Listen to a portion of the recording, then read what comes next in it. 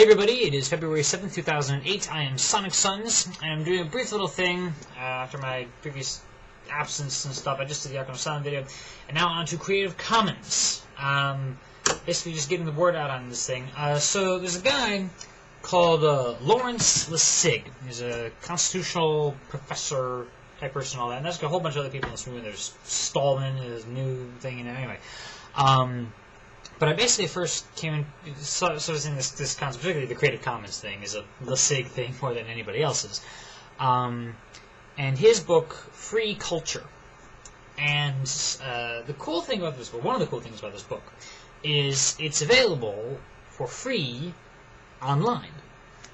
And it's, you just go to his website, and like, if you'd like to buy the book, you can buy it. And, you know, if you'd like to just look at it right now, click this link. Or, this is almost a year ago. Wow, okay, I clicked the link, and then like there's a whole book there, you know, several days worth of reading, right on my computer, right? No ads, definitely no spyware, no anything at all. Interesting. And it shows that the man lives by his own principles, because in Free Culture, he goes through and talks about copyright law in the United States and in general, particularly how this is owners in the United States. And how it's too restrictive, and how intellectual property, unlike physical property, can be, well, you know, infinitely replicated with no harm to the owner of the original copy, and therefore it should be treated with a couple of different rules sometimes. For instance, when you get something copyrighted, you can have that copyright for something like a century before other people finally get to use it. And the companies that have lucrative copyrights, for instance, the Walt Disney Corporation has, like, you know, Mickey Mouse, the character copyrighted, they want to keep those copyrights up pretty much to infinity. Over the last couple of decades, there have been several laws passed that just keep upping how long the copyrights go. And they just keep going and going forever. And what they'd essentially like to do is just go to infinity with this. And you imagine you have to read the whole book, because it's great, all the examples he gives, and all the thorough thinking. This isn't like some random little rebel guy, like, we need to get rid of the copyright laws, because I want to download free stuff. There are some people like that, you know. Other people in the file-sharing crowd are like, hey, well, you're doing these files here, isn't that illegal? And as they said in that one red versus blue thing, I don't want it to be illegal, therefore it isn't. Mr. Lessig is not like that. You know, he argued before the Supreme Court. He has some intelligence, honestly. He wrote a book and all that. But he's saying, and if you read the whole book, right, that wouldn't it be absurd if, let's say, every time someone wants to make a movie based on the works of William Shakespeare, if they had to, like, pay royalties to the estate of William Shakespeare? You know, and had to abide by their rules and stuff. Or, heck, you know, how long would you like to stretch this, you know? What if every time someone wants to print a copy of the Bible, they have to consult all the various legal authorities representing the estates of various people who died thousands of years ago or whatever, who wrote that Bible, and then furthermore you probably need to talk to God's lawyers, and then you need to and it just gets absurd. He doesn't want to get rid of all copyright, I just want to limit it, you know, just like, oh, you have it for... I don't know what the specific recommendations were, but, you know, could we at least cut this down to, like, maybe 50 years?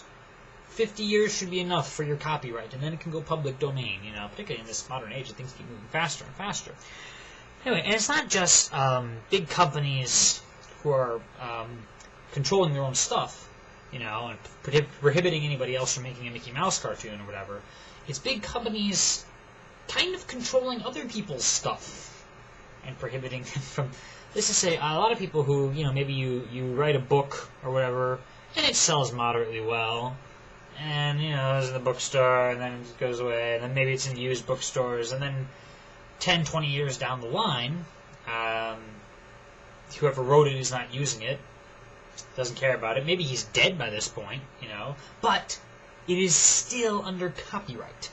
I believe copyright for authors is 70 years after the death of the owner. So even if the guy is dead, or girl, whatever, and doesn't, you know, have any, and it doesn't have an estate or anyone else that even cares about this work, it's still copyrighted. Which means that, well, everyone has to tread really lightly. He talks in this book about, all these loops, these hoops that people jump through. Loops that people jump through? Anyway, these hoops that people have to jump through in order to use stuff. There's someone doing like a Clint Eastwood documentary thing, and they naturally needed to get, I think it was Clint Eastwood, whatever. They're doing a documentary about this guy, and naturally they used various clips from all his various films. Which, first off, you can see that you might need copyright permission from like the studios, whoever made the films. But they also had to get permission from every single individual person, each in every individual scene. Like the random extra in the background. You need to find out his name and call him and get him to sign a form. Really? This is getting a little annoying, you know. And again, it's even more weird with the stuff that no one cares about, the orphan works, as they're called. He proposed, this is after the Supreme Court, he went to the Supreme Court arguing that you can't just keep extending copyright indefinitely because the Constitution says you can copyright things for limited terms, and if it's extended, then it's not really limited anyway. He lost the case. But after that, he went on to do the law regarding orphan works, and says, okay,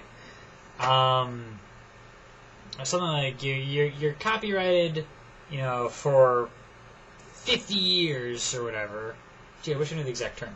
But you're copyrighted for, like, you know, a couple of decades at least, automatically, and then at the end of that term, you have to pay a $1 fine and sign a form. Just a simple thing, and a $1 fine and re-register your copyright. And therefore, the vast majority of stuff which gets lost by the wayside, is so much stuff out there that you never heard of, that you can't hear of, because if I were to reproduce it, not that I have any, but if I had some stuff, like, you know, if I found this old book somewhere, like, oh, this is interesting, I can't show it to you, like, online. I can't make any derivative works about it. I can't, you know, make a short film about the subject. No. It's all locked up, despite the fact that the author may be dead, and the author doesn't care, and the author doesn't...